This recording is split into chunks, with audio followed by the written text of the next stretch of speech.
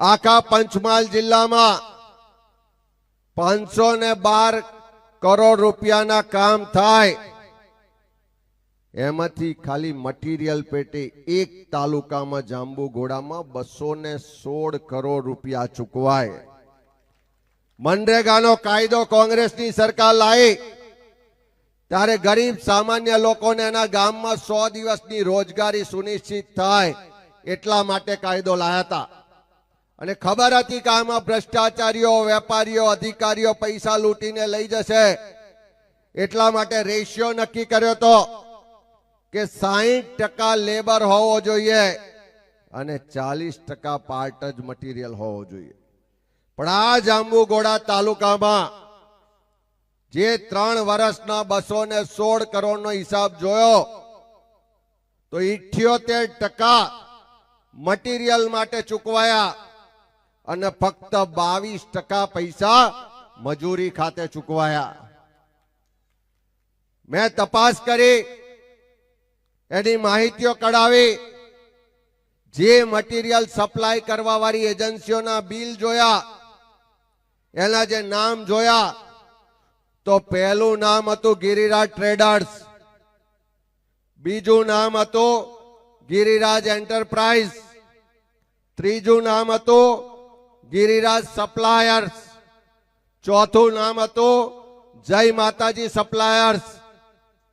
મને એમ થયું કે આ લોકો છે કોણ કે આટલા નાના તાલુકામાં કરોડો રૂપિયાનું મટીરિયલ સપ્લાય કરે છે. માહિતી છુપાવવાનો બહુ પ્રયત્ન કર્યો, પણ જીએસટી ની ઓફિસમાંથી માહિતી કઢાઈ કે આના માલિકો કોણ છે.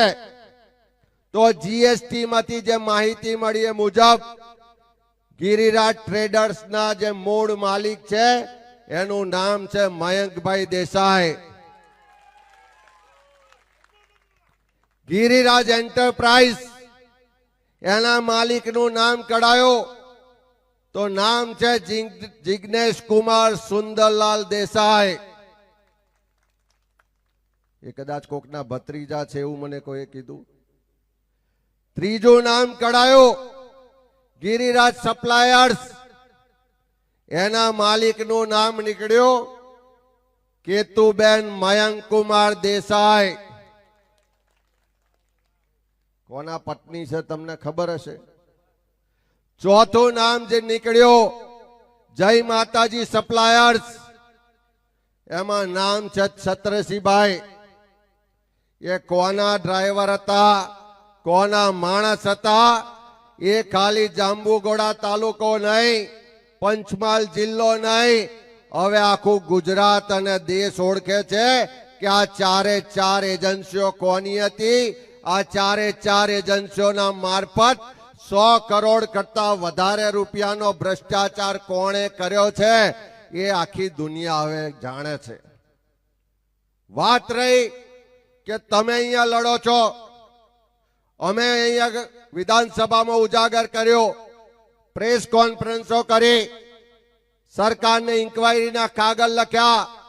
પેલા દિલ્હીમાં બેઠેલા એમ કે હું ખાતો નથી ને ખાવા દેતો નથી, એને પણ વારંવાર કાગળ લખ્યા કે આ તારા માણસો ખાય છે પણ કરોડોથી ઓછું ખાતા નથી, એની તપાસ કરાવો.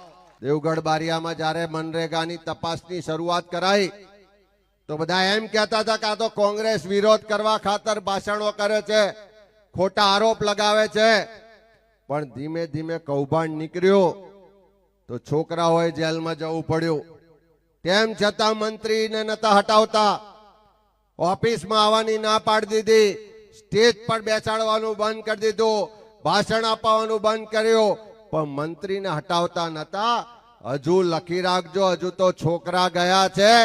આવનારા દિવસોમાં એટલા સજ્જડ પુરાવા છે કે માજી મંત્રીઓને પણ જેલમાં જતા કોઈ બચાવી શકવાના નથી.